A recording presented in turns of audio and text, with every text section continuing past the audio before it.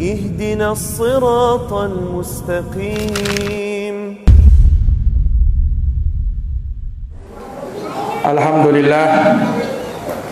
Alhamdulillahi Rabbil Alamin. Wassalatu wassalamu ala ashrafil anbiya'i wal mursalin Sayyidina wa maulana Muhammadin wa ala alihi wa sahbihi ajma'in. Allahumma la ilma lana illa ma'allamtana innaka antal alimul hakim. Allahumma allimna ma yanfa'una wa anfa'na bima 'allamtana wa zidna ilman ya karim. Amma ba'd. Ayatuhal akhwat wal ummahat, a'azzani Allah wa iyyakunna. Alhamdulillah, kita bersyukur kepada Allah Subhanahu wa taala dengan nikmat dan karunia yang diberikan kepada kita. Salawat dan salam kita haturkan kepada junjungan kita Rasulullah Muhammad bin Abdullah sallallahu alaihi wasallam, kepada keluarga, sahabat, dan mereka yang senantiasa meniti jalannya sampai hari kiamat. Para ibu-ibu dan saudari-saudari yang dirahmati oleh Allah,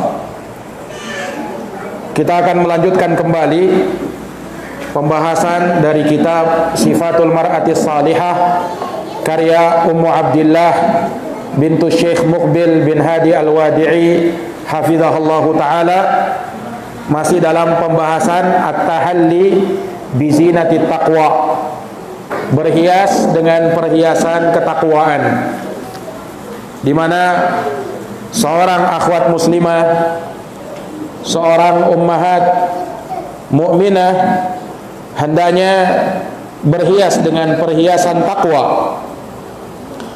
Dan telah kita jelaskan apa itu takwa, makna dari ketakwaan, dan yang terakhir kita singgung sifat-sifat orang yang bertakwa yang disebut di dalam Al-Quran.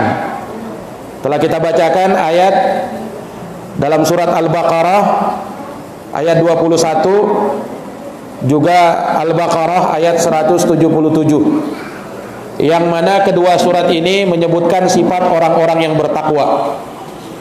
Kemudian Ummu Abdillah kembali menyebutkan beberapa ayat terkait dengan sifatul muttaqin, sifat-sifat orang-orang yang bertakwa, karakteristik dari mereka yang bertakwa kepada Allah.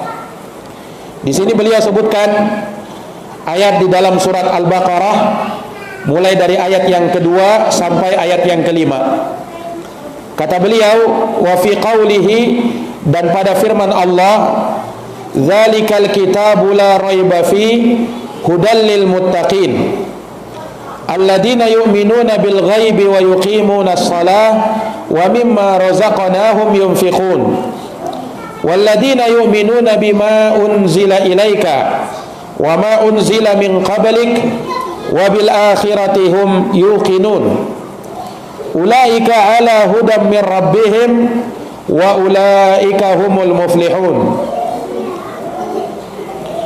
Dan pada firman Allah Subhanahu wa taala, dzalikal kitabu la raiba fi, inilah Alkitab, yaitu Al-Quran, la raiba fi, tidak ada keraguan di dalamnya, hudal lil muttaqin, petunjuk bagi orang-orang yang bertakwa. Maka Allah Subhanahu wa taala menyebutkan di dalam ayat yang mulia ini bahwa Quran la raiba fi, ay la syakka fi dzalikal kitab, tidak ada keraguan di dalam Al-Quran ini, bahwasanya dia diturunkan dari sisi Allah dan bahwasanya dia membawa kebenaran, hudal lil muttaqin, dia petunjuk bagi orang-orang yang bertakwa. Allah Subhanahu wa taala menurunkan Al-Quran yang sama sekali tidak ada keraguan. Dan ini mirip dengan firman Allah dalam surat As-Sajdah, tanzilul kitabi la raiba fihi min rabbil alamin. Tanzilul kitabi la raiba fihi hudan la raiba fihi min rabbil alamin. Diturunkan Al-Quran ini sebagai kitab yang tidak ada keraguan di dalamnya berasal dari sisi Allah Rabbul Alamin. Dia petunjuk dari kesesatan, cahaya bagi orang-orang yang bertakwa, dan penjelas bagi mereka. Dan ketakwaan, sebagaimana kata Ibnu Abbas radhiyallahu anhuma, at-taqwa yani al-muttaqi may yattaqi syirk wal kaba'ir wal fawahish. Orang yang bertakwa adalah orang yang dia berhati-hati meninggalkan kesyirikan. Jadi orang yang bertakwa itu dia akan berhati-hati dari kesyirikan dan akan meninggalkan yang namanya kesyirikan. Wal kaba'ir, demikian pula dosa-dosa besar, wal fawahish, dan perbuatan-perbuatan keji.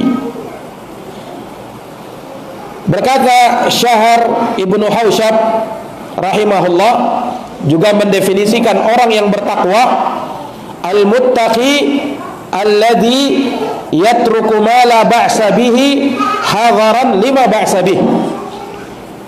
Kata Syahr bin Hausyab, orang yang bertakwa adalah orang yang meninggalkan sesuatu yang tidak apa-apa karena khawatir akan ada apa-apanya.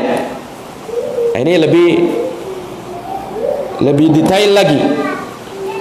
Jadi orang yang bertakwa, kata beliau, dia meninggalkan sesuatu yang tidak apa-apa, yani tidak ada masalah.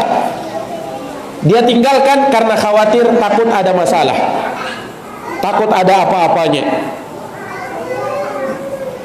Ini orang bertakwa seperti ini. Berkata Umar bin Khattab kepada Ka'ab al-Ahbar, hadisni anit taqwa, beritahukan kepadaku tentang ketakwaan. Maka beliau berkata, hal akhadta turuqan dha syaukin, apakah kamu pernah melewati jalan yang berduri? Qala na'am, iya, aku pernah melewatinya. Qala fama amilta fihi, terus apa yang kau lakukan di jalan yang berduri tersebut? Qala hadirtu wa syammartu, yani aku berhati-hati dan aku singkirkan duri-durinya, aku berjalan dengan kehati-hatian. Kata Ka'ab, dzakat taqwa atau dzalikat taqwa, itulah ketakwaan. Jadi orang yang bertakwa, dia akan bersikap penuh kehati-hatian. Dia berhati-hati dari perbuatan haram, jangan sampai jatuh dalam perbuatan yang haram. 6. Ibnu Umar radhiyallahu anhuma, beliau bertakwa, beliau berkata, at-taqwa alla tara nafsaka khairan min ahad. Ketakwaan itu adalah kamu tidak melihat orang lain, atau kamu tidak melihat dirimu lebih baik dari orang lain. Ketakwaan itu kamu tidak melihat dirimu lebih baik daripada orang lain. Jadi kalau ada orang yang menyangka dirinya lebih baik daripada orang lain, itu belum orang yang bertakwa, bukan orang yang bertakwa. Orang yang bertakwa itu dia tawadhu, dia rendah hati, dia tidak merasa lebih baik dari orang lain. Jangan sampai seseorang merasa lebih mulia dari orang lain dikarenakan misalnya dia sudah mengenal dakwah sunnah, atau dia menggunakan hijab yang syar'i, sementara dia lihat saudarinya belum, lalu dia bersombong dengannya atau meremehkan dan merendahkan yang lainnya. Ini tidak boleh.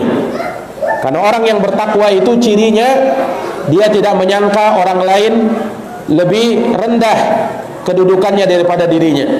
Ia tidak menganggap dirinya lebih mulia daripada orang lain. Itulah orang yang bertakwa.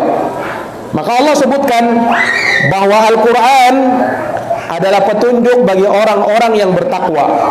Siapa mereka yang bertakwa? Maka disebutkan di dalam ayat ini sifat-sifat orang yang bertakwa. Yang pertama, alladzina yu'minuna bil ghaib, yaitu mereka yang beriman kepada perkara yang gaib. Mereka yang beriman kepada perkara yang gaib.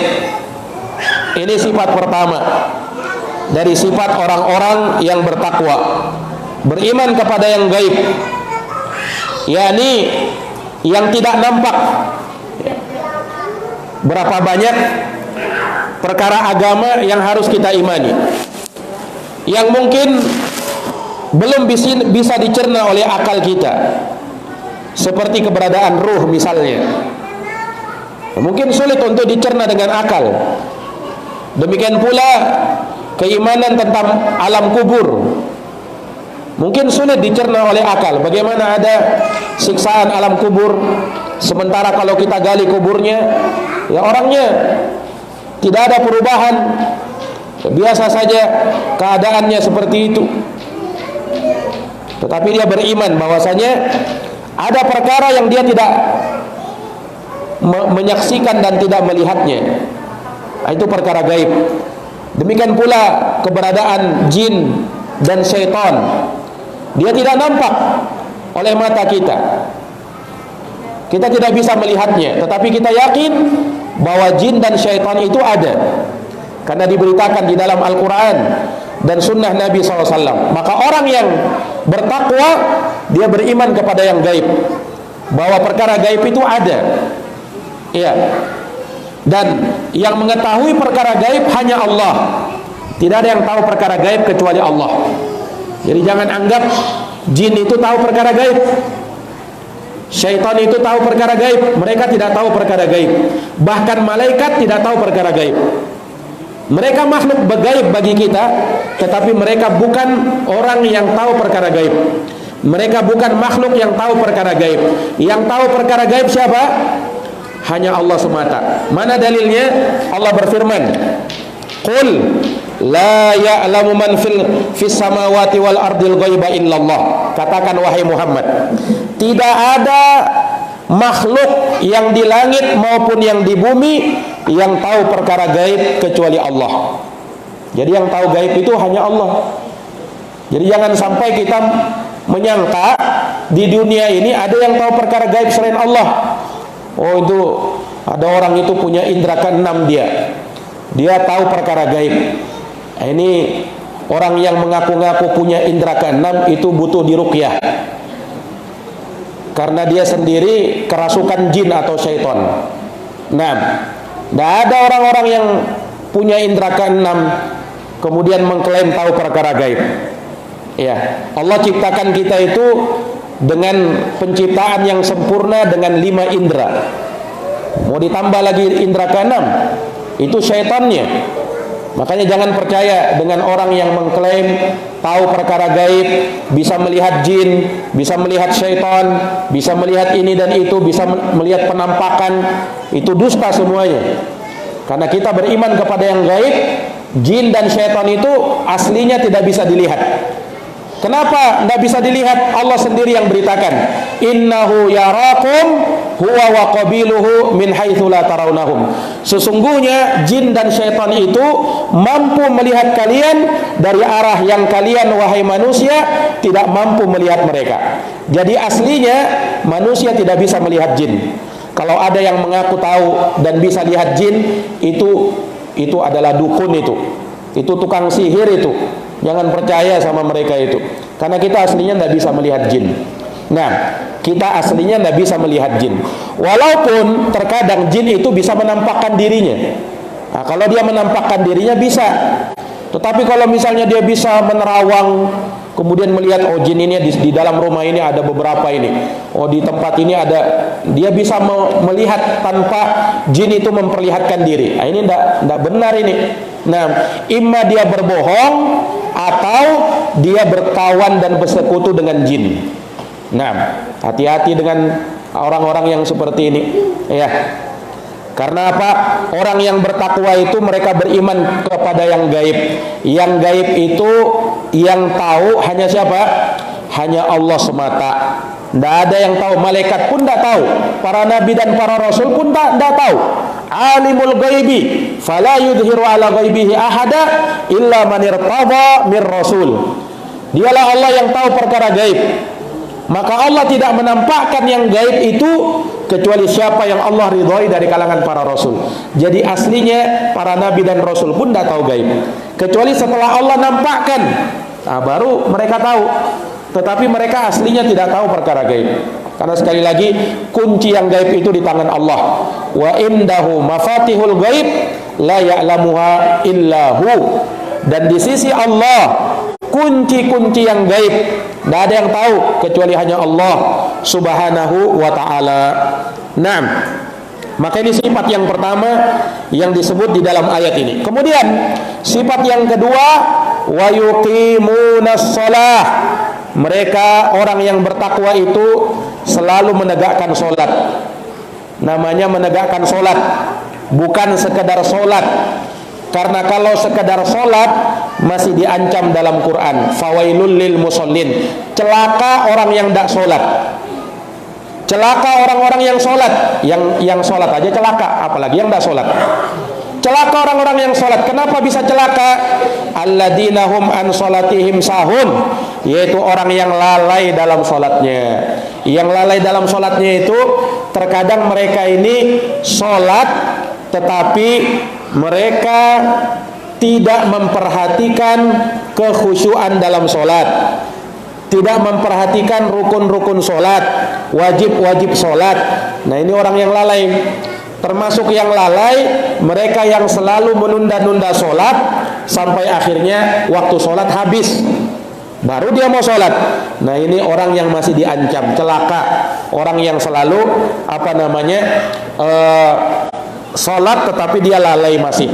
Nah, orang yang bertakwa dia tegakkan sholat, karena sholat itu masih, karena orang yang sholat itu tanha anil fahsya'i wal munkar, akan mencegah dari perbuatan yang keji dan perbuatan yang mungkar.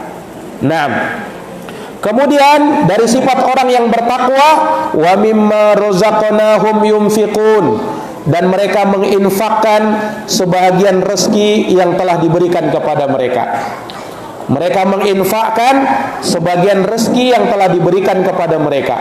Ini sifat orang yang bertakwa. Mereka gemar berinfak dari sebagian hartanya, dari sebagian penghasilannya, dari apa yang Allah berikan kepada dia.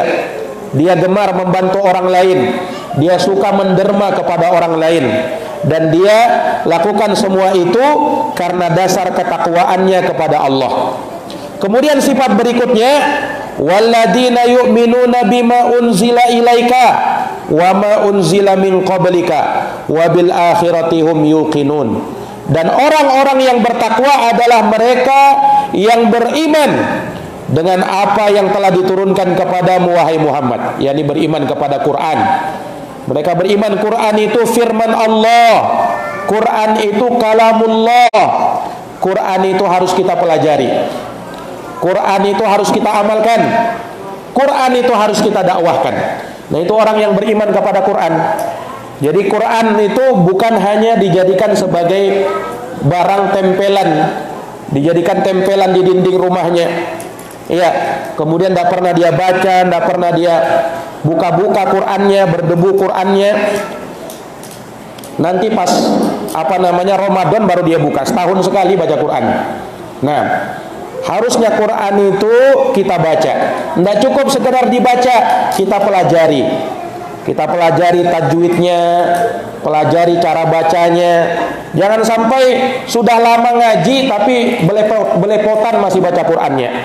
Nah, jangan sampai tidak bisa membedakan huruf-huruf, makharijul huruf yang ada. Nah, ini belum beriman kepada Al-Quran namanya. Kalau kau beriman kepada Quran, kau pelajari Quran itu. Kau pelajari Quran, cara bacanya. Kalau belum benar bacaanmu, belajar baca Quran. Jangan malu, malu Ustaz, sudah tua Ustaz. Nah, jangan malu. Ya, karena yang namanya belajar Quran itu tidak ada kata malu. Para sahabat dulu belajar sudah tua bangka mereka belajar Quran. Nah, maka ngapain kita malu-malu untuk belajar Al-Quran itu? Kemudian pelajari juga tafsirnya, pelajari kandungan maknanya. Nah, ini juga harus kita pelajari tafsir Quran itu. Nah, pelajaran-pelajaran tafsir Al-Quran harus kita pelajari supaya kalau kita baca Quran kita tahu artinya. Nah, jangan sampai kita ini surat Al-Fatihah saja tidak tahu artinya apa. Nah, apa itu artinya Bismillahirrahmanirrahim, dia tidak tahu artinya apa. Apa itu artinya Alhamdulillahirabbil alamin, tidak tahu artinya apa. Lamanya kau baca itu Al-Quran baru kau tahu artinya. Lamanya itu kau baca Al-Fatihah baru kau tahu artinya. Nah ini kan sangat menyedihkan. Harusnya kita itu tahulah, minimal tahulah artinya Al-Fatihah. Jadi bagi akhwat ummahat belum tahu artinya Al-Fatihah, buka-buka arti Al-Fatihah. Di rumah dibuka. Makanya itu kita itu penting juga punya terjemahan Quran, supaya kita itu tahu artinya Al-Fatihah. Nah itu kan yang sering kita baca, tiap rakaat kita baca itu Al-Fatihah. Nah kalau kita tidak tahu artinya, nah ini kan apa namanya keterlaluan. Terlebih yang sudah lama ngaji lah. Nah hendaknya tahu itu arti Al-Fatihah. Nah sehingga kalau dia baca hadir dalam hatinya makna-makna tadi. Ya, dia baca apa namanya Maliki Yaumiddin, oh tahu dia artinya. Maliki Yaumiddin itu penguasa hari pembalasan. Iyyaka na'budu wa iyyaka nasta'in, dia tahu artinya. Hanya kepadamu saya menyembah, kami menyembah, hanya kepadamu kami memohon pertolongan. Ihdinas siratal mustaqim, dia tahu artinya. Tunjukilah kami jalan yang lurus. Siratal ladzina an'amta 'alaihim, dia tahu artinya, yaitu jalan orang-orang yang kau beri nikmat atas mereka. Ghairil maghdubi 'alaihim, bukan jalannya orang-orang yang kau murkai atas mereka. Waladdallin, dan bukan pula jalannya orang tersesat. Harus tahu itu artinya itu. Nah itu namanya beriman kepada apa yang diturunkan kepada Nabi, yaitu Al-Quran. Wa ma unzila min qablik, dan apa yang diturunkan sebelum kamu. Nah, kita harus tahu bahwa yang diturunkan sebelum Quran itu ada kitab Injil, ada kitab Taurat, ada kitab Zabur, ada suhuf Ibrahim, ada suhuf Musa. Harus kita imani itu. Harus kita imani. Keimanannya kita secara global. Kita tidak wajib mempelajari Taurat, tidak wajib mempelajari Zabur, Injil, tidak wajib. Karena kitab mereka ya banyak terjadi perubahan. Yang wajib kita pelajari itu Quran. Quran itu hukumnya wajib dipelajari. Nah, orang yang tidak belajar Quran rugi dia. Ya, karena apa? Orang yang baik adalah orang yang belajar Quran. Khairukum man ta'allamal Qur'ana wa 'allamah. Sebaik-baik kalian adalah orang yang belajar Quran dan mempelajari Al-Quran. Nah, termasuk dari usaha mempelajari Quran itu belajar bahasa Arab. Belajar bahasa Arab, karena belajar bahasa Arab itu adalah jalan untuk memahami Al-Quran. Quran bahasa Arab. Tidak mungkin kita bisa paham Al-Quran kalau kita tidak paham bahasa Arab. Maka belajar bahasa Arab. Belajar itu bahasa Arab itu. Nah, karena apa? Belajar bahasa Arab itu hukumnya wajib, hukumnya fardu kifayah. Kalau sebagian orang sudah mengerjakannya, memang gugur kewajiban yang lainnya. Tetapi kalau tidak ada yang mengerjakannya, maka berdosa orang-orang itu. Berdosa orang-orang yang mampu dan dia mengetahui ada pelajaran bahasa Arab. Nah, makanya kita harus mempelajari bahasa Arab untuk bisa belajar Al-Quranul Karim.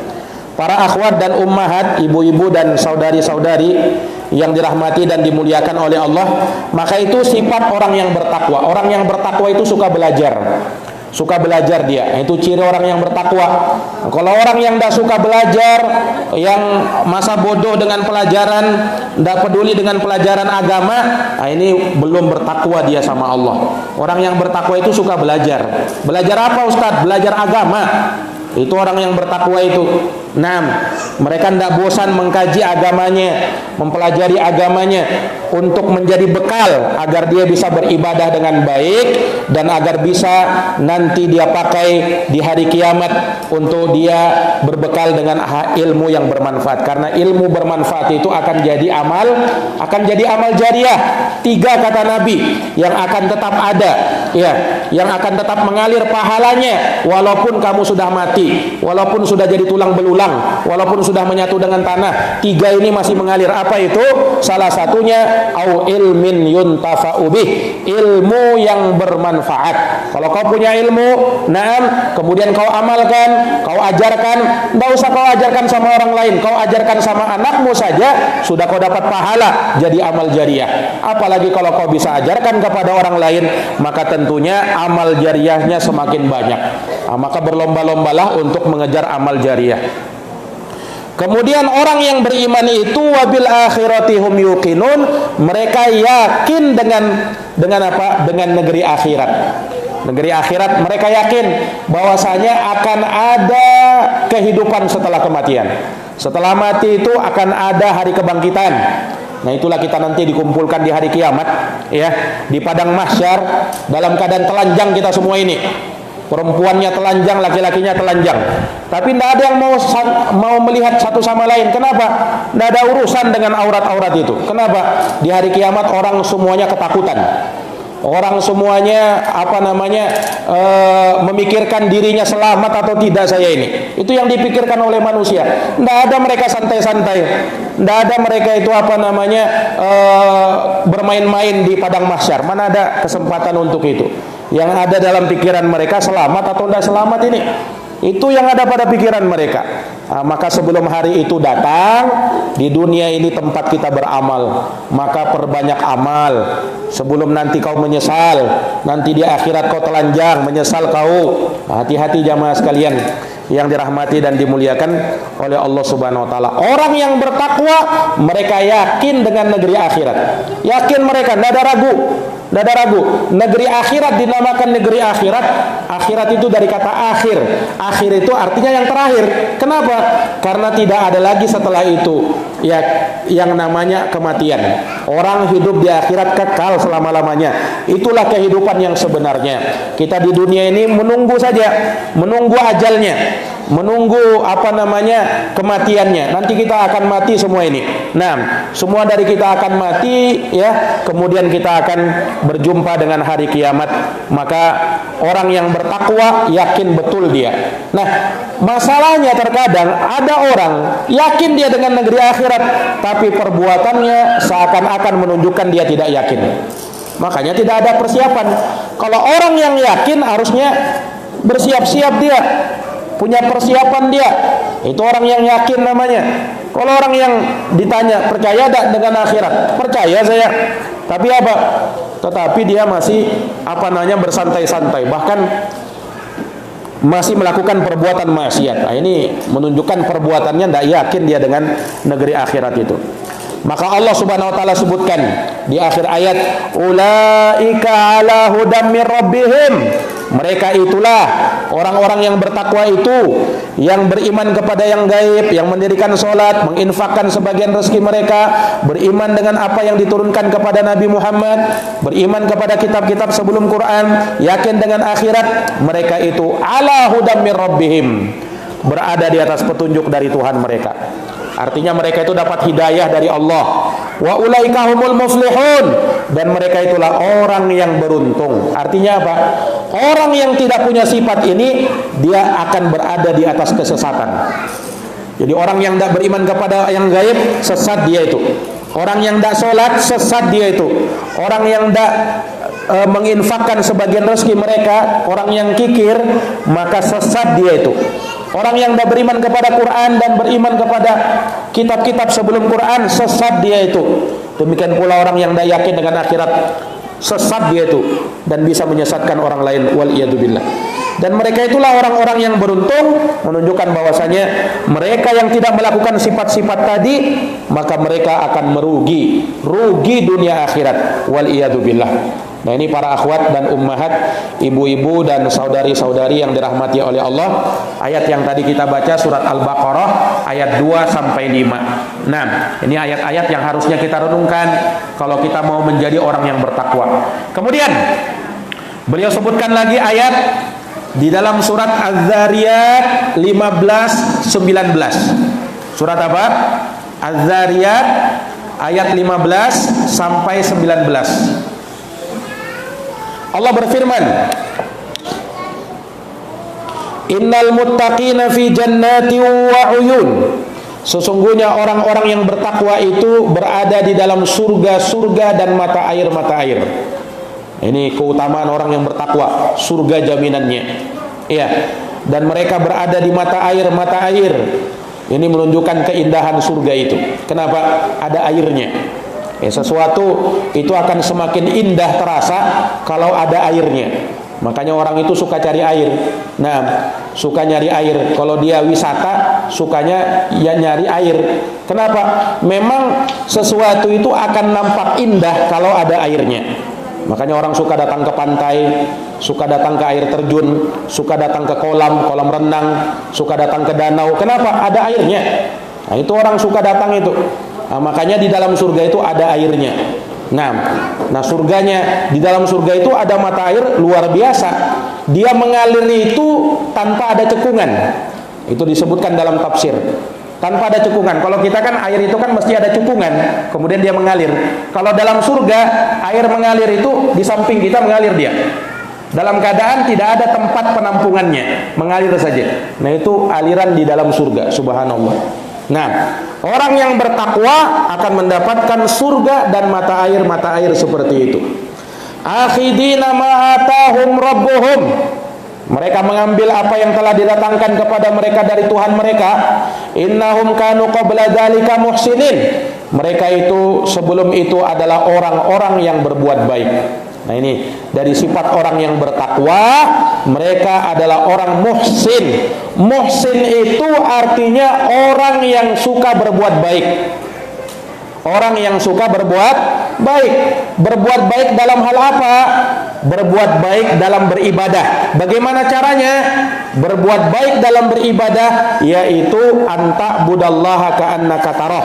Kau beribadah kepada Allah seakan-akan kau melihat Allah. Fa illam takun tarah fa innahu yarak. Kalau kau tidak mampu begitu, maka yakinilah Allah melihat kamu. Itu namanya berbuat baik dalam ibadah. Berbuat baik dalam amalan, bagaimana caranya? Caranya lakukan dia dengan ikhlas dan jauhi perbuatan bid'ah. Nah, jauhi perbuatan bid'ah. Itu namanya orang yang muhsin dalam amalan. Nah, dan secara umum orang yang berbuat baik itu berbuat baik kepada sesama, suka bantu orang, menunjuki orang kepada kebaikan, suka menolong orang, ya, dan dari semua perbuatan baik kepada orang lain. Itu sifat orang yang bertakwa. Kemudian dari sifat orang yang bertakwa juga, kanu qalilan minal laili ma yahja'un. Mereka itu sedikit tidurnya di malam hari. Artinya mereka bergadang. Orang yang bertakwa itu suka bergadang mereka. Bergadang untuk apa? Bukan bergadang untuk nonton bola, bukan bergadang untuk hal yang lain, tapi mereka bergadang untuk sholat tahajud. Untuk sholat tahajud, untuk qiyamul lail. Itu mereka mau bergadang. Nah, seperti orang sekarang bergadang untuk nonton bola. Bergadang untuk nonton bola. Nah, ini dari perkara yang harusnya jangan sampai terjadi pada diri kita, ya. Suka nonton bola, apalagi akhwat kalau suka nonton bola, nauzubillahi min dalik. Nah, wabil asharihum yastaghfirun, dan mereka itu selalu beristighfar di waktu menjelang subuh. Nah, dekat-dekat subuh mereka beristighfar kepada Allah. Ini para akhwat ummahat azani Allah wa iyyakunna, ya, dari sifat orang bertakwa itu qiyamul lail. Maka kita itu membiasakan dirilah qiyamul lail. Makanya orang itu jangan tinggalkan sholat witir. Minimal kok sholat witir. Minimal kau sholat witir. Ustadz, berat Ustadz kalau bangun malam. Ya minimal kalau misalnya belum bisa bangun malam, kau jangan lupa sholat witir lah. Sholat witir itu kau lakukan setelah sholat isya. Setelah kau sunat isya, ba'diyah isya, lakukan sholat witir. Berapa rakaat? 1 rakaat minimal. 3 rakaat boleh. Nah, lakukan sholat witir. Niatnya bagaimana? Niat sholat witir. Sholat witir itu sholat ganjil, 1 rakaat paling tidak 1 rakaat. Nah kalau kau sudah sholat witir, kau dikatakan sudah sholat malam. Kau sudah sholat malam. Nah paling bagus lagi kalau dia bisa bangun di sepertiga malam terakhir, kemudian berdoa, bermunajat kepada Allah. Nah, disitulah waktu yang mustajabah. Disitulah waktu yang mustajabah. Nah, jangan sampai kita ini, ya, nanti qiyamul lail itu kalau ada masalah saja. Kalau mau kawin saja baru dia qiyamul lail. Tidak ada kawin, tidak ada dia qiyamul lail. Nah, ketika ada masalah saja baru dia qiyamul lail. Kalau selesai masalahnya tidak pernah lagi selama-lamanya dia qiyamul lail. Nah, jangan sampai seperti itulah. Kita itu berusaha untuk menjadi orang yang bertakwa. Nah, kemudian selalu meminta ampun sama Allah.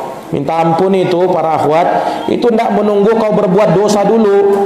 Karena kita itu kadang tidak tahu dosa kita dari arah mana.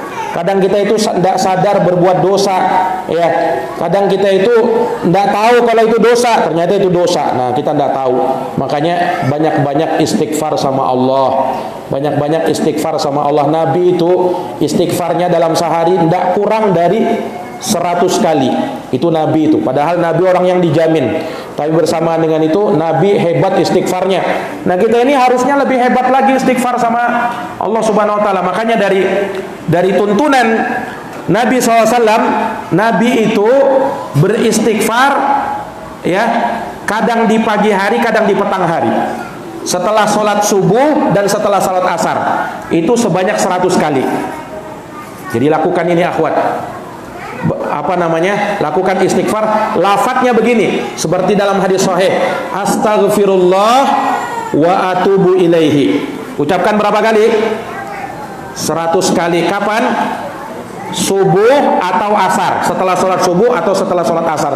Kalau kamu sudah kerjakan di sholat subuh, tidak usah lagi di sholat asar. Iya. Kalau sudah dikerjakan di sholat asar, maka cukupkan dia. Ya, walaupun ya yang namanya istighfar itu semakin banyak semakin bagus, tetapi jangan sampai kurang dari 100 kali. Lafaz istighfarnya bagaimana? Astaghfirullah wa atubu ilaihi. Artinya aku minta ampun kepada Allah dan aku bertaubat kepadanya.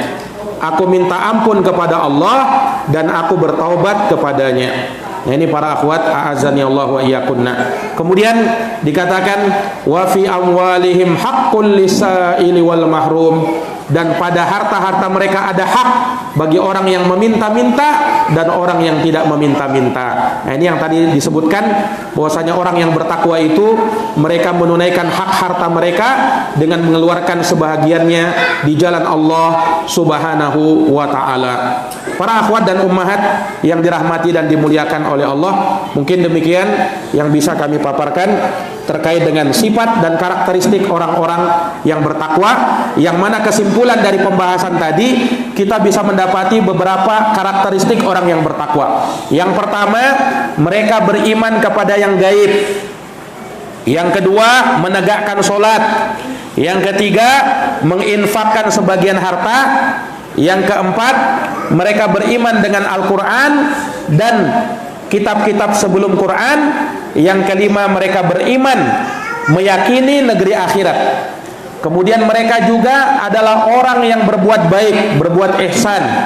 Kemudian mereka selalu qiyamul lail dan tahajud, dan mereka memperbanyak istighfar kepada Allah Subhanahu wa taala.